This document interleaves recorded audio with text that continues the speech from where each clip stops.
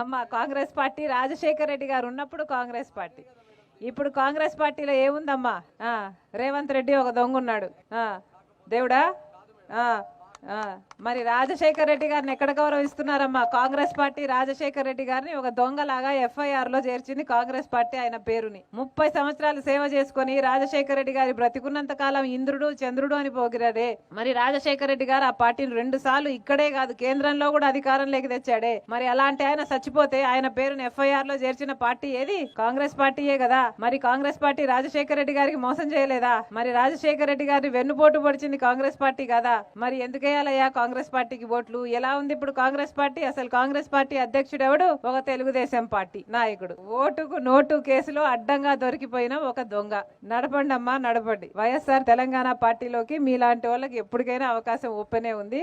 రండి, ఆహ్వానిస్తున్నాం. అందరూ చేరండి. వైఎస్ఆర్ తెలంగాణ పార్టీకి మాత్రమే మళ్ళీ రాజశేఖర్ రెడ్డి గారి సంక్షేమ పాలన తీసుకొచ్చే సత్తా ఉంది. కాంగ్రెస్ పార్టీ ఏమీ చేయదు. కాంగ్రెస్ పార్టీ రాజశేఖర్ రెడ్డి గారు పోయినాక కాంగ్రెస్ పార్టీనే 5 సంవత్సరాల అధికారంలో ఉంది. మరి ఏం చేసింది కాంగ్రెస్ పార్టీ? కాంగ్రెస్ పార్టీ సాధించలేదు రాజశేఖర్ రెడ్డి గారి ఘనత. రాజశేఖర్ రెడ్డి గారే కాంగ్రెస్ పార్టీకి ఘనత సాధించి పెట్టారు.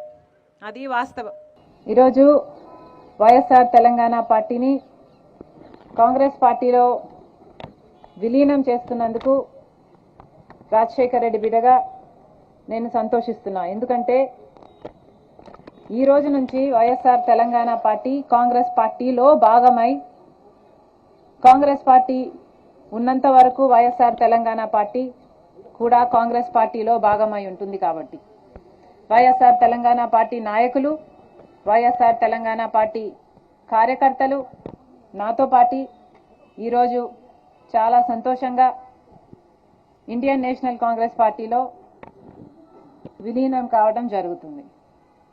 రాజశేఖర్ రెడ్డి గారు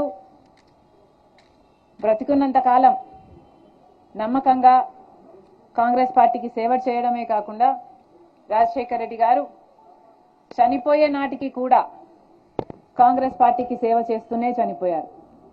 ఈరోజు రాజశేఖర్ రెడ్డి బిడ్డ కాంగ్రెస్ పార్టీలో చేరుతుంది అంటే రాజశేఖర్ రెడ్డి గారికి చాలా సంతోషం, చాలా గర్వం కలిగించే విషయమని నేను నమ్ముతున్నా. రాజశేఖర్ రెడ్డి గారి కళ, ఏ కళ అయితే రాజశేఖర్ రెడ్డి గారు రాహుల్ గాంధీని ప్రధానమంత్రిని చేయాలి అని మనస్ఫూర్తిగా కోరారో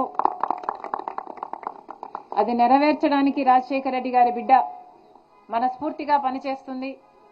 కాంగ్రెస్ పార్టీ రాజశేఖర్ రెడ్డి బిడ్డ మీద నమ్మకం ఉంచి తెలంగాణలో వైఎస్ఆర్ తెలంగాణ పార్టీ చేసిన త్యాగాన్ని గౌరవించి ఈరోజు రాజశేఖర్ రెడ్డి బిడ్డను కాంగ్రెస్ పార్టీలోకి ఆహ్వానించడం జరిగింది.